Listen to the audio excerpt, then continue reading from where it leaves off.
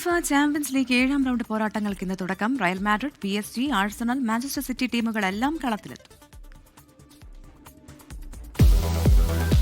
League റൗണ്ടിൽ 2 മത്സരങ്ങൾ മാത്രം ശേഷിക്കെ പ്ലേ ഓഫ് ബർത്തിനായി പൊരിഞ്ഞ പോരാട്ടമാണ് യുവേഫ ചാമ്പ്യൻസ് ലീഗിൽ.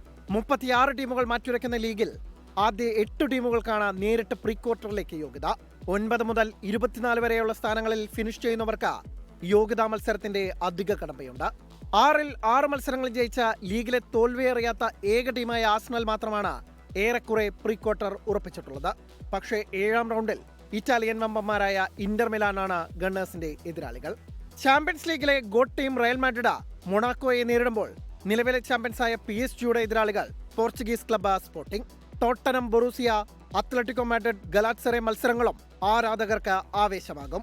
ഈ മത്സരങ്ങളെല്ലാം രാത്രി 1:30-ക്കാണ്. രാത്രി 11:15 തുടങ്ങുന്ന മത്സരത്തിൽ മുൻ ചാമ്പ്യൻസായ മാഞ്ചസ്റ്റർ സിറ്റി ബോഡോയെയും നേരിടുന്നുണ്ട്. Sports desk 24.